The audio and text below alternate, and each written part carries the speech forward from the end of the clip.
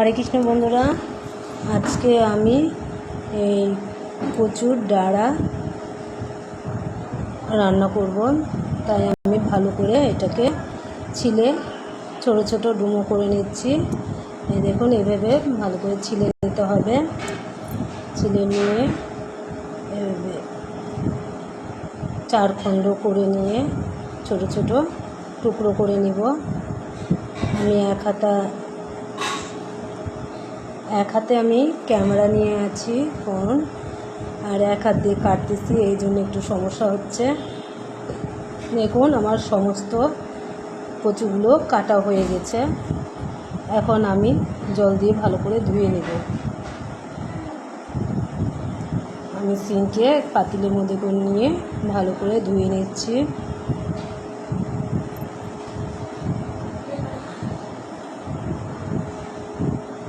এইভাবে আমি সবটুকু ধুয়ে নেওয়ার পর আমি এই পাতিলের মধ্যে আবার ঢেলে দিলাম। খুব একটা বেশি হয়নি, সামান্য একটু জল দিয়ে আমি এটা এখন গ্যাসে তুলে দিব ভাপ দিয়ে নেওয়ার জন্য।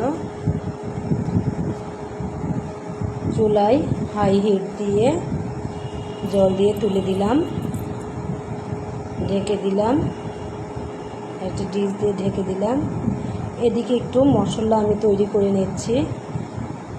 সব কিছু গুঁড়া মশলা বাড়িতেই তৈরি করা।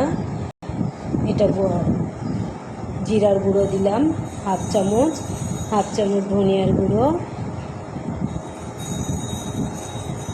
ঝালের গুঁড়ো দিয়ে দিলাম সামান্য পরিমাণে, যেহেতু ভগবানের ভোগ এই জন্য ঝালের গুঁড়োটা একটু কমে দেওয়া হয়। হাফ চামচের মতন হলুদ দিয়ে দিলাম, লবণ পরিমাণ মতন দিয়ে দিলাম। এখন এটা দিলাম গরম মশলা, এটাও হাফ চামচ গরম মশলা দিয়ে দিলাম। সামান্য জল দিয়ে ভালো করে নেড়েচেড়ে পেস্ট করে নিচ্ছি।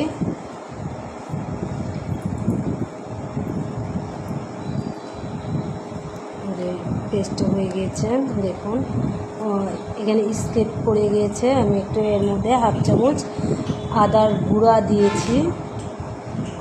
আদা গুঁড়ো করে রেখে দিয়েছিলাম রোদে শুকিয়ে, সেটা দিয়েছি হাফ চামচ।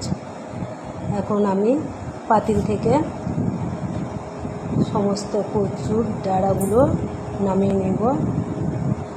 যতটা ভেবেছিলাম কচুর ডাঁটিগুলো খুব সুন্দর সিদ্ধ হয়ে যাবে, ততটা হচ্ছে না। অনেকক্ষণ ধরে জাল দিয়েছি। তো এখন আমি নামিয়ে একবারে চুলায় সম্বারা দিয়ে দিব। কড়াইতে একটি ছাঁকনিতে আমি ঢেলে নিচ্ছি।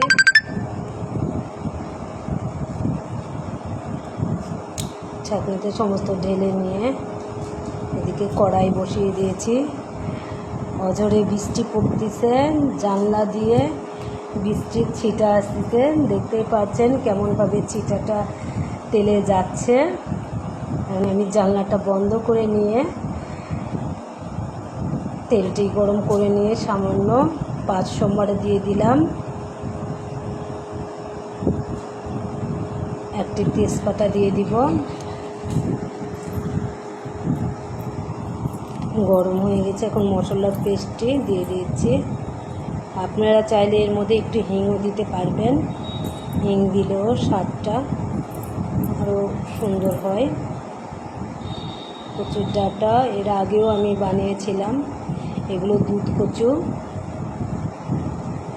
কচুর ডাঁটা দিয়ে আমি ছোলা বুট দিয়ে আমি এটা বানাই, খুব স্বাদ লাগে।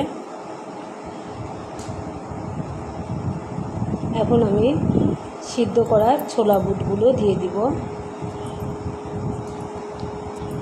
এটা আমি রাতে ভিজিয়েছিলাম না, এই কারণে সকালে ভিজিয়েছি।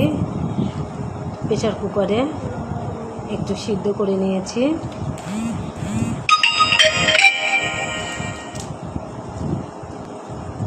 ভালো করে কষিয়ে নিচ্ছি।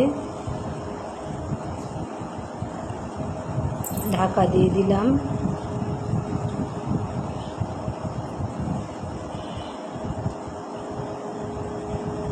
যখন মশলা থেকে তেল বের হয়ে আসবে তখন মনে করবেন কষানো হয়ে গেছে। যে আমি একটু চিনি দিয়ে দিলাম, চিনিটা একটু দিবেন, মিষ্টি মিষ্টি লাগবে।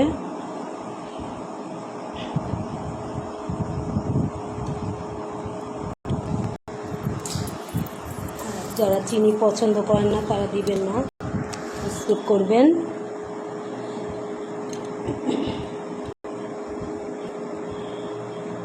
দেখেন তেল ছেড়ে দিয়েছে, যে দেখাই যাচ্ছে সুন্দরভাবে তেল মশলা থেকে ছেড়ে দিয়েছে।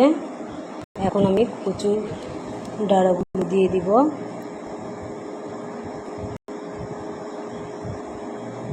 সবগুলো আমি দিয়ে ভালো করে নেড়ে চেড়ে কিছুক্ষণ কড়াইয়ে ঢেকে রেখে দিচ্ছি।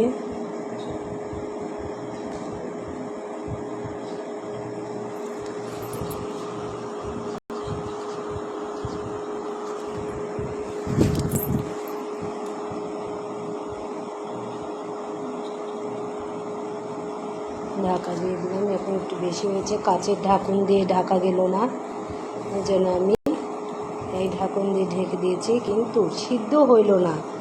তারপরেও সিদ্ধ না হওয়ার জন্য আমি প্রেশার কুকারে তুলে দিচ্ছি। দেখতেই পাচ্ছেন প্রেশার কুকারে আমি এটা তুলে দিয়েছি। এখন এতে সব কচুর ঘন্টটি ঢেলে দিব। বুট দিয়ে এই ঘন্টটি করবেন, সুন্দর লাগে।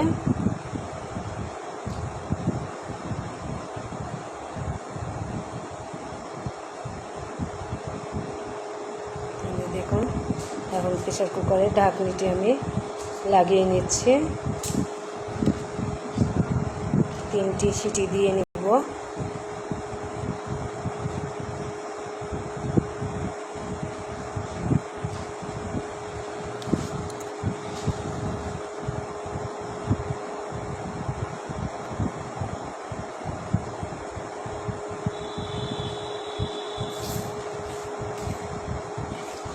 সিটি দেওয়ার পর ঠান্ডা হয়ে গেল, তখন আমি এটা এখন কড়াইয়ে দিয়ে চাপা দিয়ে দিব।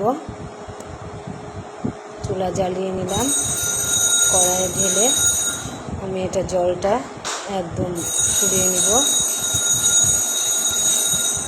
কিন্তু এই কচুটা সেরকম ভালো না, অত বেশি সিদ্ধ হয় নাই, কেমন যেন খাড়া খাড়া হয়ে আছে।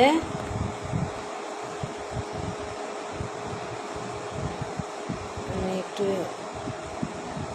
খুন্তির সাহায্যে ভেঙে দিব।